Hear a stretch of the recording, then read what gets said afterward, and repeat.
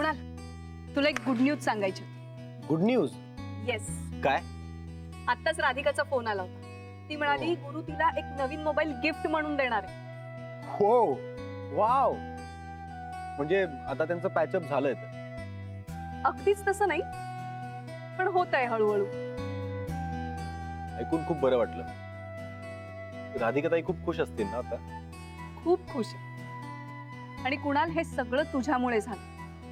त्यावेळी जर तू आम्हाला मदत केली नसतीस ना, तर हे होऊच शकलं नसतं. गुरुनाथनी शनायाला घराबाहेर कधीच काढलं नसतं.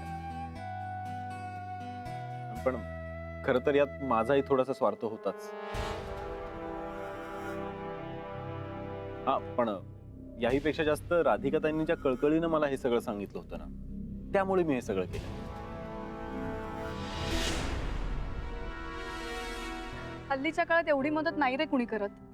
खरंच हे सगळं फक्त तुझ्यामुळे झालंय. तुला माहितीये आज राधिका किती आनंदात आहे.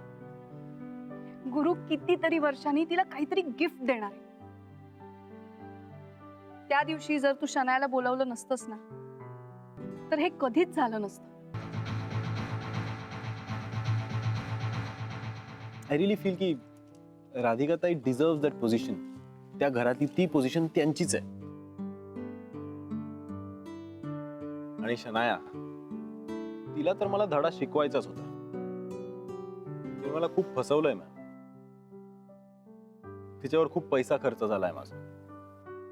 अर्थात तिला या सगळ्याची काही किंमत नाहीये. असो, एनिवेज, आपला प्लॅन खूप परफेक्टली वर्कआउट झालाय. येस.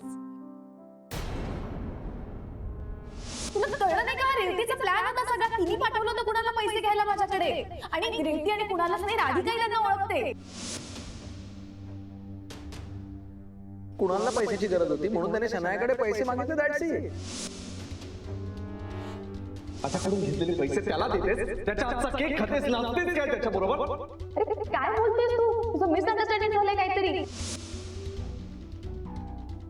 तिला तर मला धडा शिकवायचाच होता.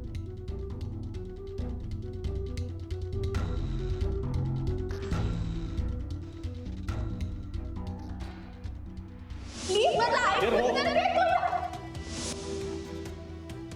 तू माझ्या मनातून उतरलेस. आता या घरात तुला परत जागा नाही.